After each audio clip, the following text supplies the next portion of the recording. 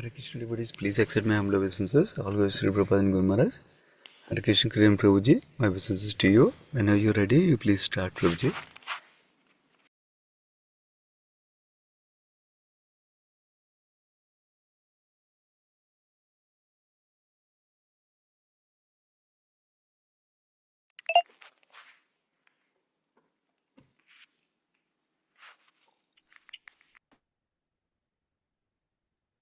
Hare Krishna devotees, please accept my humble obeisances to all the devotees who joined this Zoom meeting. Thank you, Sundaranand Prabhuji, for giving me this opportunity to read today's Bhagavatam sloka translations.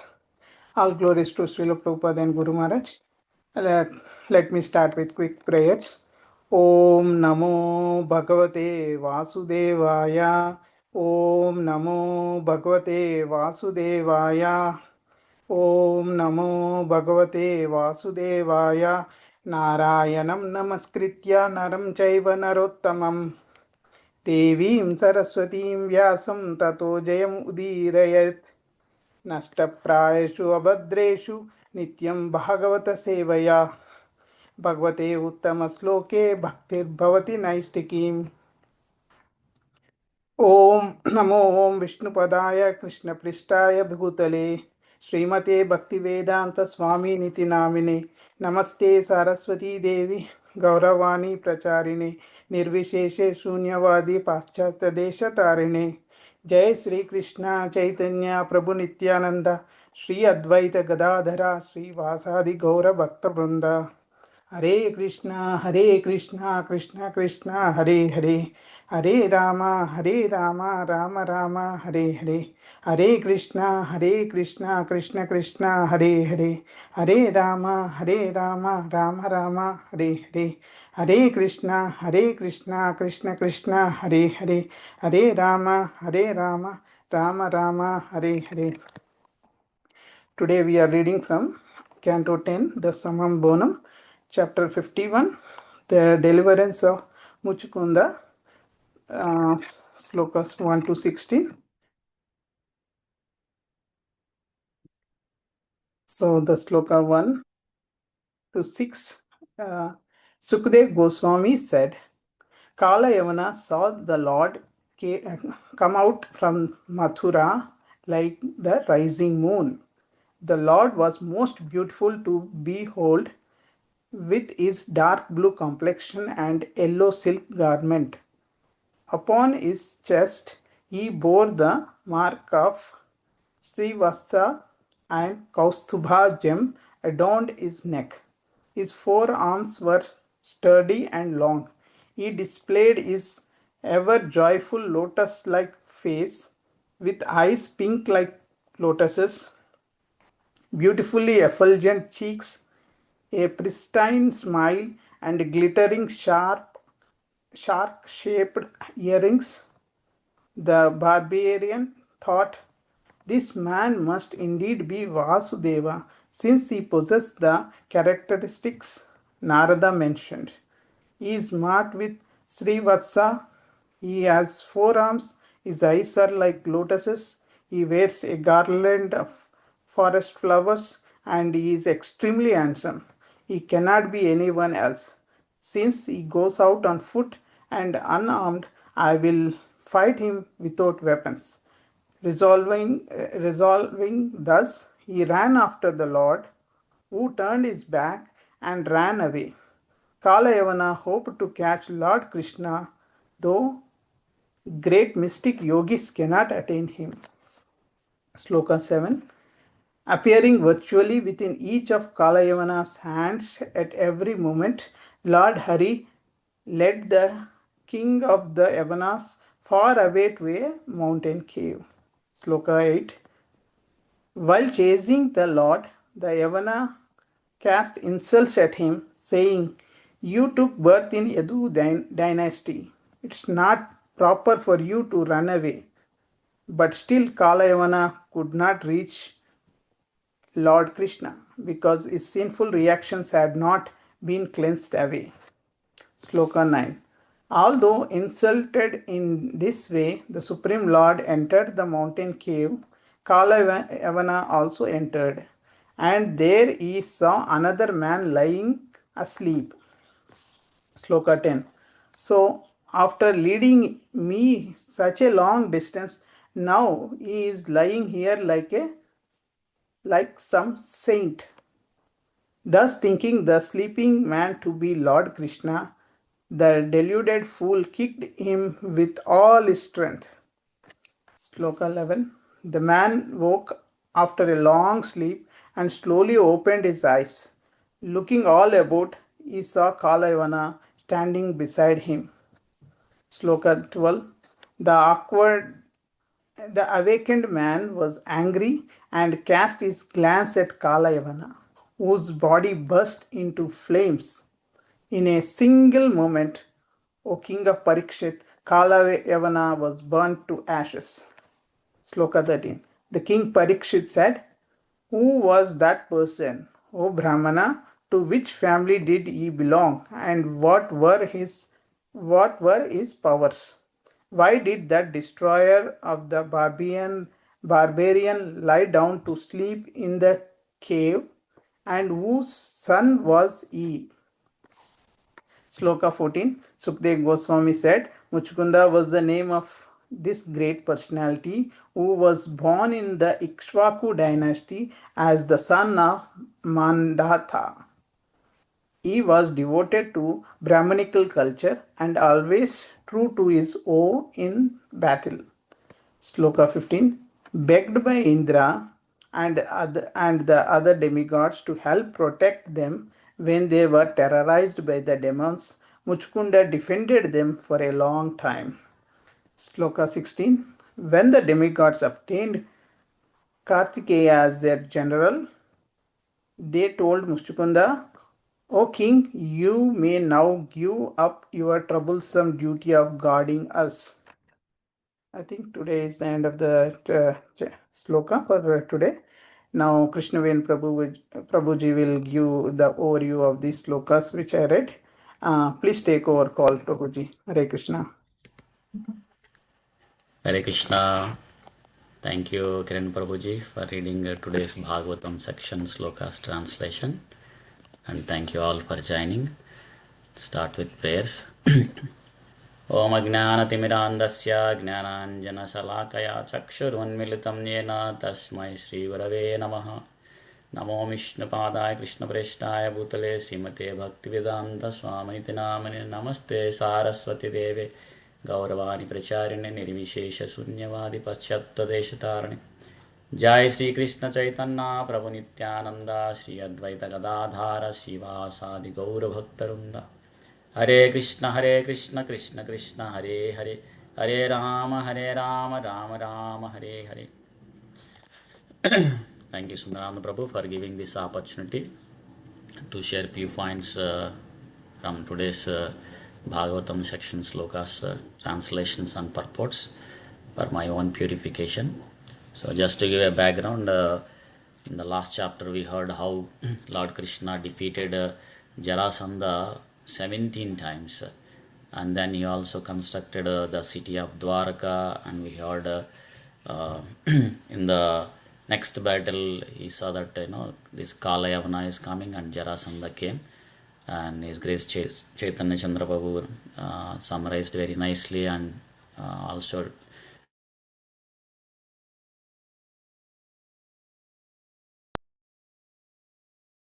information. So in this chapter, so we will hear how Lord Krishna caused Muchukunda Maharaj to kill Kalayavana with his wonderful glance, and also the conversation between Muchukunda and Lord Krishna. So we'll start with from sloka 1 up to 16. So in the first 6 slokas, so we see this very wonderful instructive section where we see that after shifting Krishna, after shifting all the Madura's residents to Dwarka, then Krishna is back to Madura and went to the battlefield.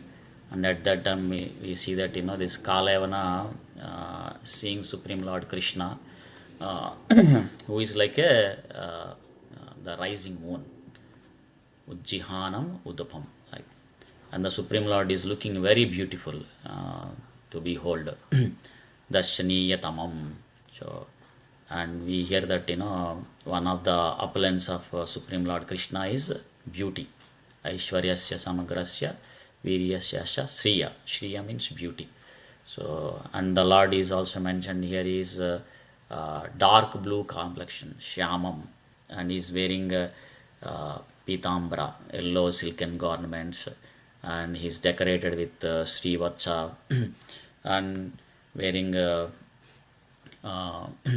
on his chest is the Srivacha and then Kaustubha jewel, and so many other decorations like Krishna. Here we see that he had earrings. Of course, there are many other decorations also. The ornaments that Krishna wears, like armlet, bracelets, anklets, so many things, and he also wears a wonderful garland, Vaijanti Mala, like that. Because Krishna is already beautiful, so wearing all these ornaments, it doesn't mean that so there is more beauty added like that. Of course, in the case of the living entity, especially in this material world condition living entity, so we wear the ornaments so that our beauty will be enhanced. So the ornaments adds our beauty. But in the case of Krishna, when the ornaments were decorated on the transcendental body of the Supreme Lord, then ornaments will be beautified, not Krishna will be beautified. That's what Bhagavatam says this. Bhushana Bhushana Anganam, like that. So the ornaments will be beautified. Then why we are decorating Krishna? Because devotees get a chance to offer their wealth in the form of the jewels, ornaments to Supreme Lord Krishna, so that Krishna can be pleased and bless us. And also seeing Krishna, Supreme Lord Krishna decorated very nicely, devotees derive great happiness. So they get great pleasure. And not only that, those ornaments can be given to the devotees as a remnants, and they can use them as a prasadam, like that. So when we use as it a prasadam, those ornaments, then we also overcome from illusion energy. And sometimes these ornaments also play a very significant role in some of the pastimes to increase the sweetness. So in Damodar also we hear that his sharp-shaped earrings are swinging to and fro like that. So Kalayavana saw Krishna, who is looking very beautiful, and then of course he didn't see Krishna looks like earlier, and now he saw this person, and he recognized him as a Krishna, because he heard from Narada Muni how Krishna looks like. He's marked with Srivatsa, forearms, eyes are like lotuses, wears a garland of forest flowers, extremely handsome. So seeing Krishna and how Krishna is looks like is matching with the description of Narada Muni. So he thought that so he is the Krishna, Supreme Lord Krishna. And then he also noticed that Krishna is going running away or going away from the battlefield with no arms, unarmed, nirayudaha. So he doesn't have any weapons. He's going on foot and is unarmed. So then he also thought that okay, let me catch Krishna and then fight with him without any weapons. So he also thought like that. And here we see that Krishna, Kalayavana is hoped to catch Lord Krishna, but here we see that the great mystic yogis cannot attain him. So, and Krishna's one of the unlimited names is Ajita. Ajita means he cannot be conquered. So of course, though he is unconquerable, so he is willing to be conquered. So when he will be, how he can be conquered? So when the living entity develops pure annihilated love for Krishna. So Ajito Jito api asita is trilokyam. So like even though he is unconquerable, he is willing to be conquered. So how he can be conquered? Sthane sthita sruti gatam tanuvan manobhir. So we can stay wherever we are. So whether we are brahmacharya or grihastha or vanaprastha or brahmana or kshatriya, vaishya, sudra, doesn't matter. We can stay wherever our varna ashrama, but we have to tanuvan manobhir. So our body, words and mind should be engaged in Krishna conscious activities. Then Krishna will be conquered, not through this mystic yoga process. Like if somebody is thinking that I will conquer Krishna through this Ashtanga Yoga process, so let me do Ashtanga Yoga process very seriously and get some powers, then I'll become greater than Krishna. No, that cannot be, because Krishna is Yogeshwara. So how much a yogi practices Ashtanga Yoga is always subordinate to Krishna only.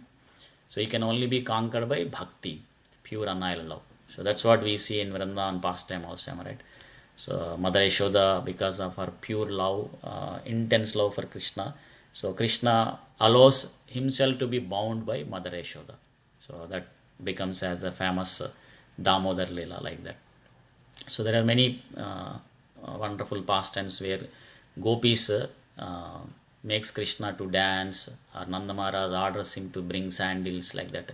So Krishna, because seeing the love of all these Vrajavasis, so he is bound by that, so he allows to be subordinate, like that. Another thing in the purport, it is mentioned that Kalayavana to see Krishna, so he is looking very beautiful. Instead of appreciating it, so he is attacking him. So similarly, the modern scientists are who are trying to economically advanced. So though they know that this Krishna consciousness is perfect, which makes our human life successful, but they, instead of not taking Krishna consciousness, they are averse to the Krishna consciousness, like that. And in the next sloka, we see that Krishna is tricking here Kalayavana, like appears to be very near to Kalayavana at every moment. Hastapraptam ivatmanam harina sa pade pade. So at every moment, Krishna looks like very near, but he is not caught by Kalayavana. So and this way Lord Hari led the king of the Yavana far away to a mountain cave, like that. And this is also very wonderful instruction. So Krishna is teaching here that, so Kalayavana representing a blind pride or whose activities are adharma. So for those people, Krishna will stay out. He cannot be reachable. So the divine Supreme Lord cannot be reachable, who is sinful, like that. So that's what we see in the next sloka also, am I right? While chasing the Lord, the Yavana can insult him saying that you took birth in the Yadu dynasty. So it's not proper for you to run away. But still Kalayavana could not reach Lord Krishna because his sinful reaction had not been cleansed away. Of course, even though he is insulting, Krishna is not counteracting. One reason, as we heard in the last section, is that Kalayavana had this boon from Lord Shiva that he cannot be conquered by anyone from Yadu dynasty, Yadava dynasty. Of course, Krishna is Bhaktavatsala, so he can break his own promise, but he will never allow his dear devotees' words to be untrue. So that's what we see in Bhagavad Gita also. He says that Kaunteya pratijani name bhakta pranashyati. So the devotee's word will not be untrue at any time. So Krishna makes the devotee's words to be true. And for that, if he has to break his own promise, he is ready like that. So here also Supreme Lord Krishna, to keep his dear devotee, Lord Shiva's boon, to be true, so he is taking Kalayavana to a cave and make his another devotee, Muchkunda, so who is sleeping in that cave, be an instrument to kill Kalayavana. And also bring Muchkunda from the sleepness and give an opportunity to progress in Krishna consciousness. So two things at one time. So one is to kill Kalayavana, and other thing is to deliver Muchkunda. So to bring back him to the path of Krishna consciousness, like that. So because of that, even though he is rebuked, but he is still moving away, like that. So in Krishna book also, Srila Prabhupada mentions that, so he says that, oh Krishna, I heard that you are a great hero, born in the Yadu dynasty, but I see you are running away, palayanam, so like a coward. So that's why he's saying that it is not worthy of your good name and family tradition. Edukule. And although Kalayavana is running very fast to catch Krishna, but he could not reach because he is not freed from sinful life. And Prabhupada mentions this Yavana means, so because according to the Vedic literature, so whoever doesn't follow the regulative principles of the higher castes like Brahmana, Kshatriya, Vaishya, even there are some regulative principles for Sudra also. If even those are also not followed, then they belong to the category of Mlecha or Yavana, like that. So not that as soon as one is born, they'll become certain higher caste or Brahmana, Kshatriya, Vaishya, or like that. So with the birth, everyone is Shudra. Janmana Jayate Sudra.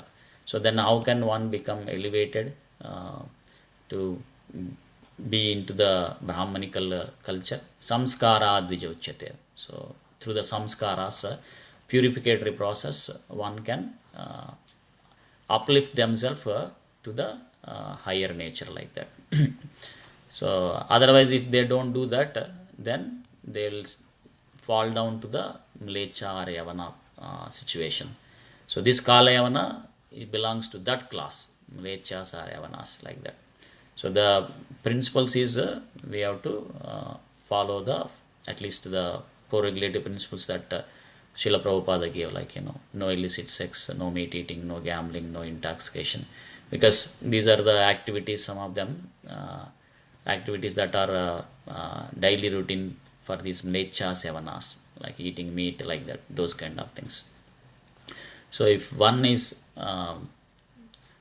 indulge in sinful activities, then they cannot progress in the path of bhakti, Krishna consciousness. So here we see that Kalayavana also, his sinful reactions are not cleansed away. So that's why he could not reach Krishna. In Bhagavad Gita also Krishna mentions him, right? Esham tva antagata papam. So one has to eradicate their sinful reactions. So one should not indulge in sinful activities, and to eradicate the sinful activities, we have to take voluntary austerity. So the voluntary austerity is like to wake up early and chant Hare Krishna Mahamantra. Hare Krishna, Krishna Krishna, Hare Hare, Hare Rama, Rama Rama, Hare Hare. And be in the association of the devotees and take shelter of a bona fide guru. So like that, we have to eradicate our sinful reactions. Then bhajante maam drudavrata. So then those people will be able to engage in Krishna conscious activities with the determination, like that. And here we see that Krishna, although insulted, so he entered into the cave, and Kalayavana also entered, and there he saw another man lying sleeping. So when Krishna entered in the cave, so he suddenly disappeared from the sight of Kalayavana. And Kalayavana followed and entered into the cave, and what he saw is this man lying asleep. Tatranyam shayanam dadrashe naram, like that. And here also Krishna, we see that he is exhibiting his opulence of renunciation. So he is fixed in executing his plan. One thing is to make his dear devotee Muchkunda to wake up from the sleep and continue in the path of bhakti, and also engage him in his service and make him as an instrument to kill this Kalayavana. So for that, so he ignored the insults that Kalayavana is making, like that. So in the next sloka, see that Kalayavana, after leading such a long distance, is saying that he is lying here like some saint. So Kalayavana is thinking that the sleeping man is Krishna, because Kalayavana is very eager to fight with Krishna.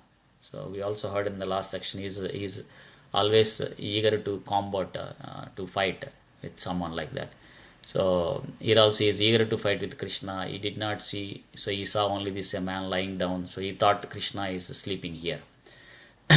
And because he was very puffed up due to his strength, so he thought Krishna is avoiding the fight. So therefore, so he strongly kicked him with all his strength. So That's what happens when a person is puffed up with his material opulence. And then this man woke up, and we see that after long sleep, Chiram Suptaha, and then he slowly opened his eyes, Unmiliya Lochana. And then what he saw? He saw Kalayavana standing beside him. And then he became very angry and he cast his glance on Kalayavana. And then immediately what happened? Due to that glance, the flames were burst in the body of Kalayavana, and in a single moment, Kalayavana was burned to ashes like that. And in the purport, there is a description who is this person like that. So his name is Muchkunda, so of course we'll hear that.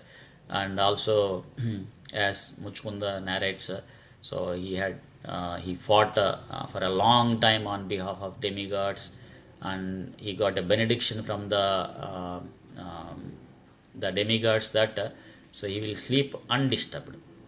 And in the purport, quoting Harivamsa scripture, saying that he also got a benediction saying that if anybody disturbs his sleep, they will be destroyed. Chakshusha krodha deeptena evam aha punah punaha. So again and again Muchkunda said that to the demigods that with eyes blazing with anger, I'll be able to destroy that person who sleeps, who awakens me from the sleep like that. And Srila Vishwanath Chakravarti commentary also mentions that why Muchkunda asked this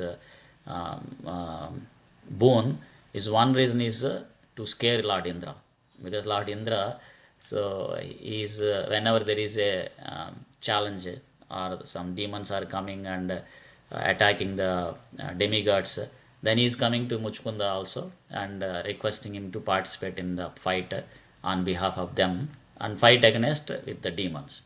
So if he has this boon, then Lord Indra will not come and disturb him like that.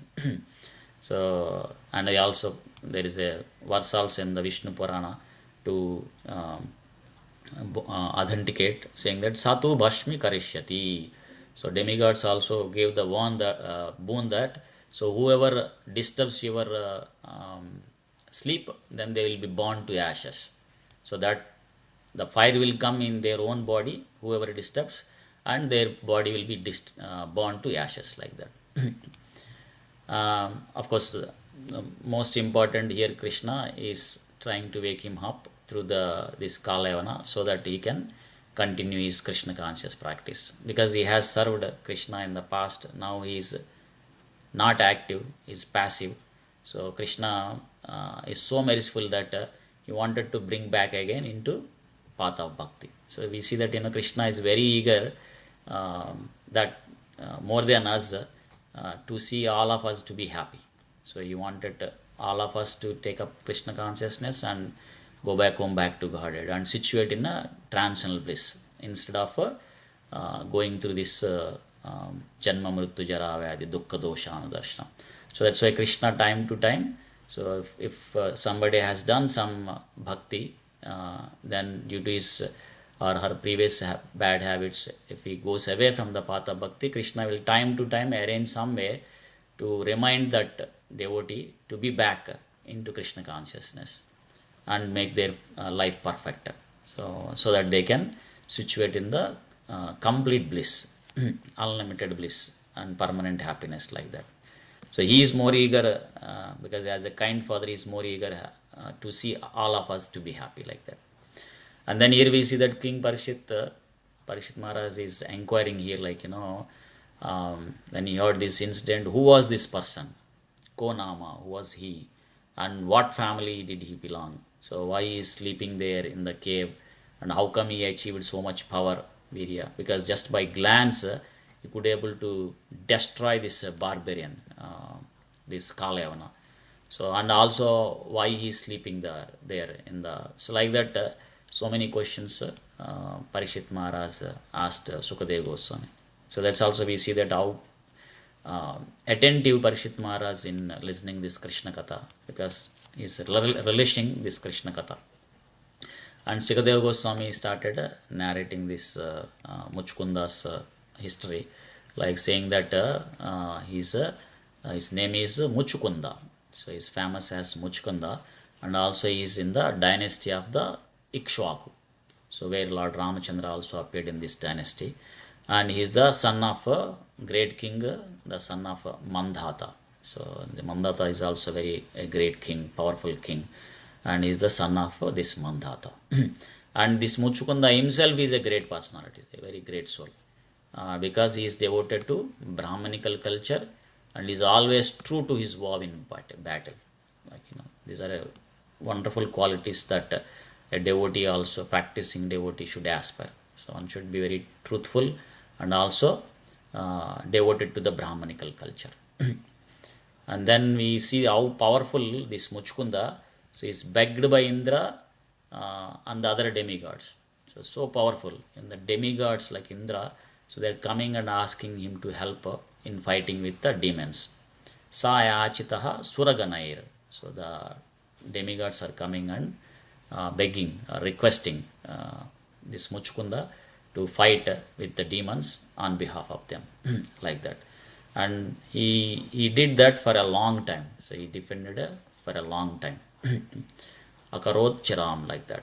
So, and we hear like another powerful king also in the scriptures who helped demigods in the fight against with the demons, like King Katwanga. So he also did like that. So in the last sloka for today, so we see that when the demigods they obtained Kartikeya as their general. So Muchkunda was fighting rigorously on behalf of demigods. Now Kartikeya became as their general, and then Prabhupada mentions in Krishna book that Kartikeya is very satisfied with the fighting of King Muchkunda and how he helped demigods. So one time he asked Muchkunda that you have taken too much trouble to help us out in fighting with the demons. So if you would like, you can retire from this fighting and take rest, like that. Of course, we'll hear the continuation of this Muchkunda pastime, very wonderful and nectarian, instructive also in the upcoming sections also. So I'll pause it here. Thank you all for joining. Granthara Srimad Bhagavatam ki jai. Srila Prabhupada ki jai. Takoti Vaishnavrinda ki jai.